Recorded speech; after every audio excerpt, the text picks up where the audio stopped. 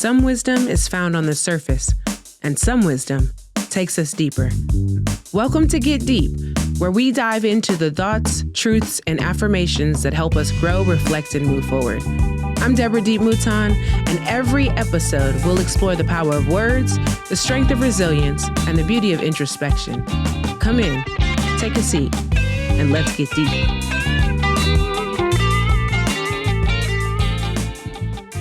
You know, in Texas, we kind of got hit with something on top of the pandemic that made it a lot worse. And I think when we all think about the pandemic, we wonder what could be worse. But, you know, the February after everyone shuttered in their homes, Texas got hit with the worst weather it's had in a very long time.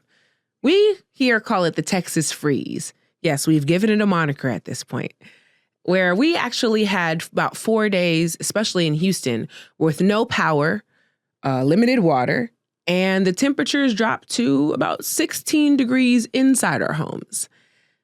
I remember watching the weather and thinking, this is crazy. This is a prediction of what might happen. There's no way that we'll see snow on the floor in a space that usually boasts 80-degree weather at all times with 200% humidity.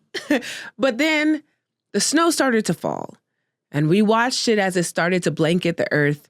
My kids were so excited to be able to go outside and build snowmen. And by that, I mean golf ball-sized snowmen, because there wasn't much sticking to the earth. But still, for a kid who has never seen snow, that was magical.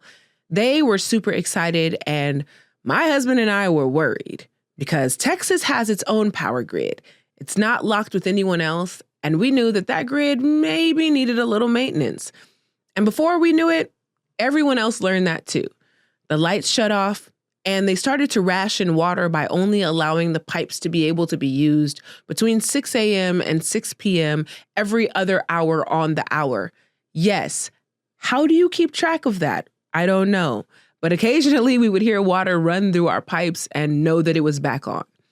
The first day, we figured we could handle it.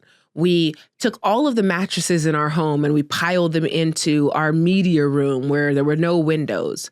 We blocked off the door jambs with old furniture pads from the last time that we moved. We lit candles, and we just let our hot breath kind of fill up the room, hoping that it was enough to keep us warm.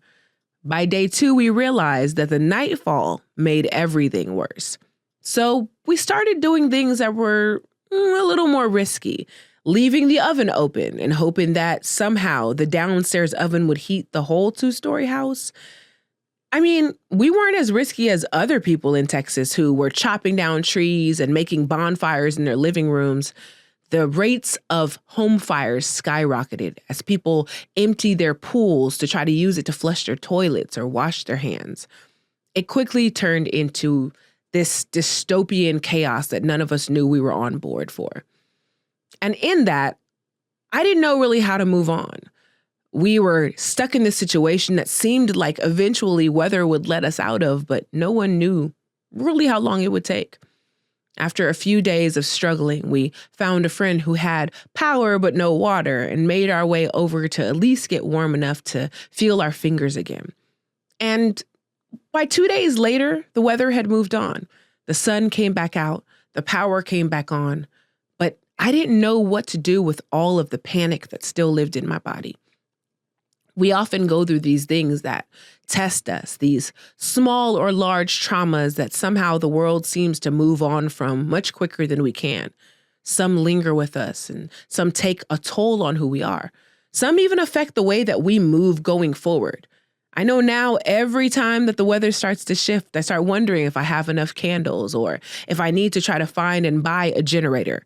I cannot tell you how many times I've priced a generator and I still haven't pulled the trigger, y'all, because I think that I know somewhere in my body that it may not be the most rational decision at this moment, but it's one that's deeply rooted in my need to survive. I know that as I look back on those moments, I still feel chills run down my spine to think that my kids survived such a weird and traumatic event, nestled in another weird and traumatic event.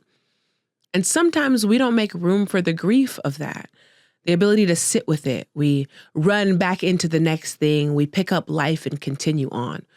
But there is something about letting the grief catch up with you, about wrestling with it, about hugging it and learning to embrace it as part of your story. That too makes you more rich and more nuanced. It makes you more interesting. It is the colors of your chapter that make the story worth reading. So today, don't run from the grief. Take time with it. Process it. Allow yourself to feel everything, because that only makes you a better person.